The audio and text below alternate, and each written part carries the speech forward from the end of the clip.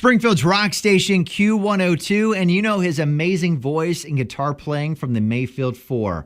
Alter Bridge, his work with Slash, and of course his solo efforts. Very excited to have Myles Kennedy joining us today. Myles, is it true that you really kind of got your start back in the day as a guitar instructor? I kind of did. When I was a young man, I would hustle. And so I would be playing bars at night with various cover bands, and then eventually graduated to doing originals as well. But during the day, yeah, I was teaching guitar and just trying to make sure that I could eat from week to week, you know. But I did that off and on for, geez, I probably started just trying to get gas money in high school. So I think I did that for about 15 years. And you're kind of doing session recordings with other artists too, right? Yeah, yeah. It's funny because initially I kind of wanted to be like a session guitar player. So people would hire me to come in and I play on all this crazy stuff. And I'm glad that I had that. It's kind of schooling. I think that helped me be a versatile artist because I'd get a call. Hey man, can you play on this country session? All right, I'll learn some country, you know. Can you play on a rock thing? Can you play on a jazz thing? And so, yeah, I just played on a bunch of stuff. So are the rumors true that you were actually asked to audition to be the original lead singer for Velvet Revolver?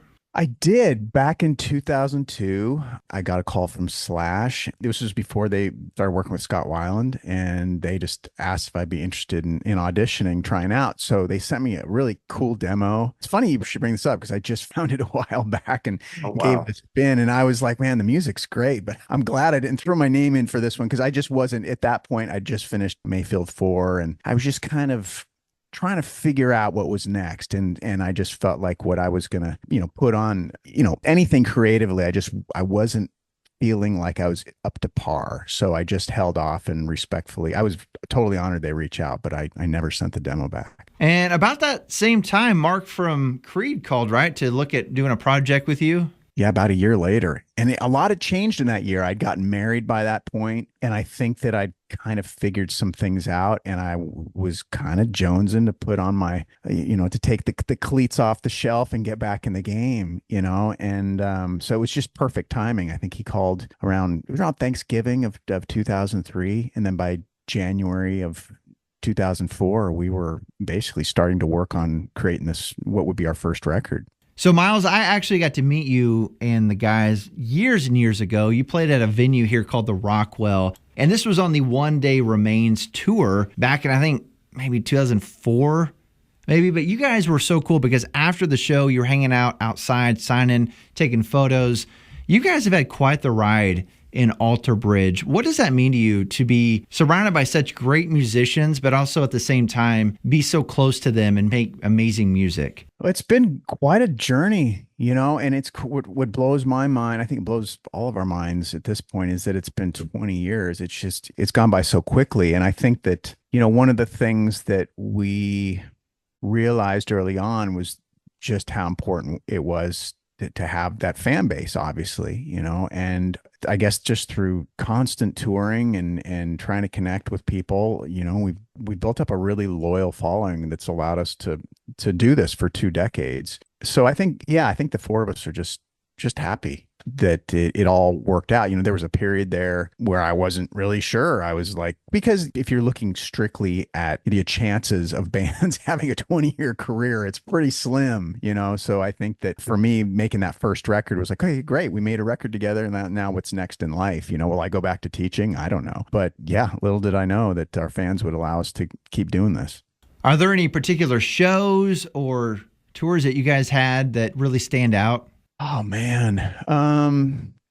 That's a good question. I mean, I think the memory for us that if you ask any one of us that really stands out was when we played 2 nights at a place called the Royal Albert Hall in London. And that was back in, I think 2018, if I'm not mistaken. It was 17. It would have been 2017. We did these 2 gigs with a symphony there. And so that was a really amazing experience. Just standing there, 4 knuckleheads playing hard rock and having like legit, a very legit symphony, but playing with us, adding their arrangement to our songs. That was pretty epic.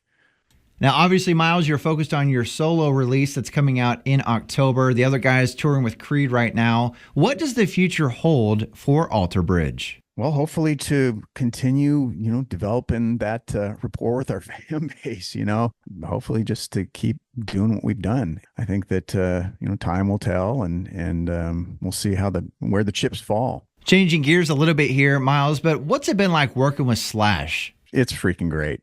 I just saw him about a week ago. He came through town with his blues solo band, and it was just great to see him again. And we jammed a little bit. I think we did Crossroads, and then we did, because it's in the blues realm, so that was a lot of fun for me to play guitar and sing with that. And then we also did something with Warren Haynes earlier in the night. We did Soulshine, which is one of my favorite tracks of all time. But to have the opportunity to tour and create with one of the, in my opinion, most important guitar players of all time, is something I don't take for granted. He's an icon for a reason, and I've learned a tremendous amount from him. His work ethic is mind-blowing, and I think that that's really been something that I've really loved being a part of. It's the same way with Alter Bridge. Mark's hardwired the same way. I think that's why the three of us, with Slash and with Mark, and I feel like I've met kindred spirits, because it's about the work with us. It's about the art of making music and creating.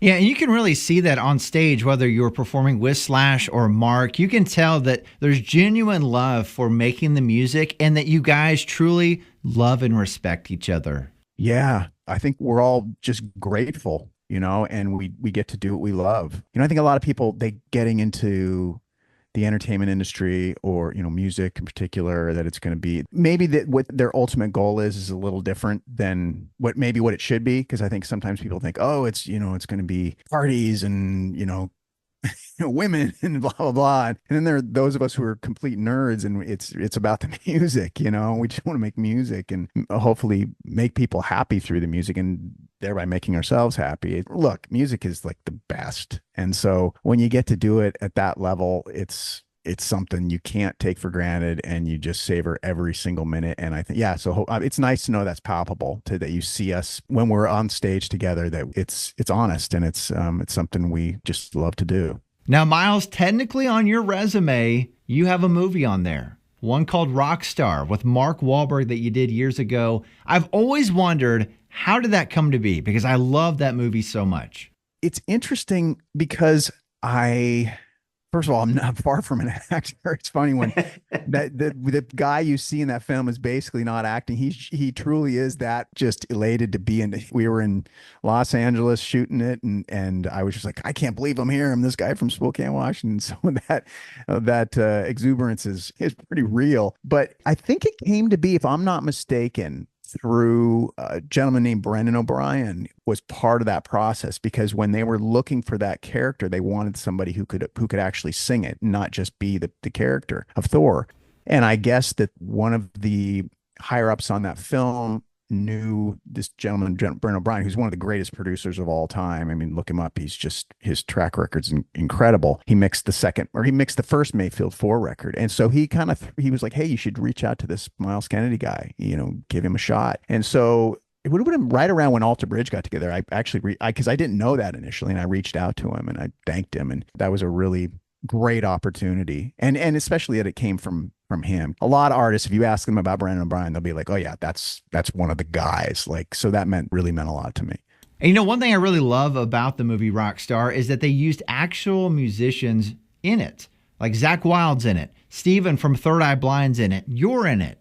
I always thought that was super cool that they went that direction. Yeah, I agree. I think when you have people that really understand it and have done it, it's more believable, right? But for me, I was just getting to hang out with Zach and meeting Jason Bonham, and it was really cool. I was totally fanboying out. Now let's talk about this new album. Myles, you have a solo release coming out October 11th called The Art of Letting Go. The new single, Say What You Will, is in our rotation here on Q102, and our listeners are loving it. Can you tell us more about this new album that's coming out here in a few months? Well, it's different from my first two solo records. The first solo record was more of an acoustic affair, and the second one was kind of a blues rock, but still had a lot of the acoustic element. The Art of Letting Go is a rock and roll record. It's not metal, it's not folk. It's just right down the middle, riff-based blues rock and roll. So I'm excited. I mean, it was a fun record to put together, and I also think it's going to be a really fun record to play live because it's just that genre. It's just plug into an amp, turn it up, and just go. And I think that that's going to be real fun for the band, for Zia Udine, my drummer, and then our bass player Tim Turnier. We're going to have a great time touring that one. Well, speaking of touring, you are going to be pretty busy for the rest of 2024 into 2025. You got a lot of stops on the books. Yeah. Yeah, it's going to be pretty nutty. Yeah. It's one of those things where, be careful what you wish for. And if you want to be a rock and roll musician, just be prepared to live on tour buses and hotels and backstage sneaky dressing rooms. Well, aside from the stinky dress rooms, I mean, it's got to be pretty cool to be touring all of these countries, right?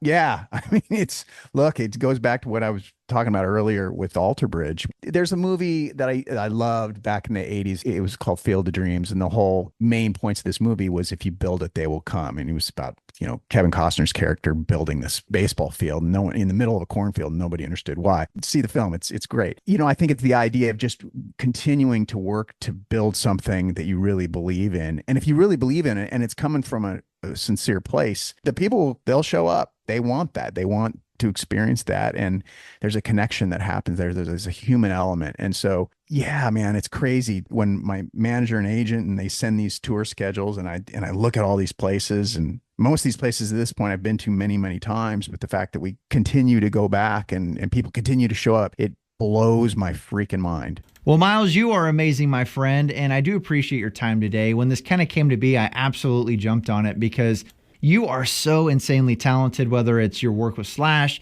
your solo stuff, or Alter Bridge. You are a true musician, and I've always loved and respected that about you. No, man, that's so kind of you. I appreciate your time. You've been great. Thank you. Well, if you're listening to this, be sure to check out and add the album coming out in October from Myles Kennedy, The Art of Letting Go, the new single, Say What You Will, in a rotation here on Q102. Well, Myles, hopefully we can get you back in Missouri sometime soon. I know I would love to see you live, and I know our listeners would too. I would love that. That would be great. Thanks again for your time, Myles. Sounds great, brother. I love my job. Myles Kennedy, you know him from his work in the Mayfield 4, Alter Bridge with Slash, and you're going to love his new album coming out October 11th, The Art of Letting Go. And we're going to keep spinning that new single, Say What You Will, right here on Springfield's Rock Station, Q102.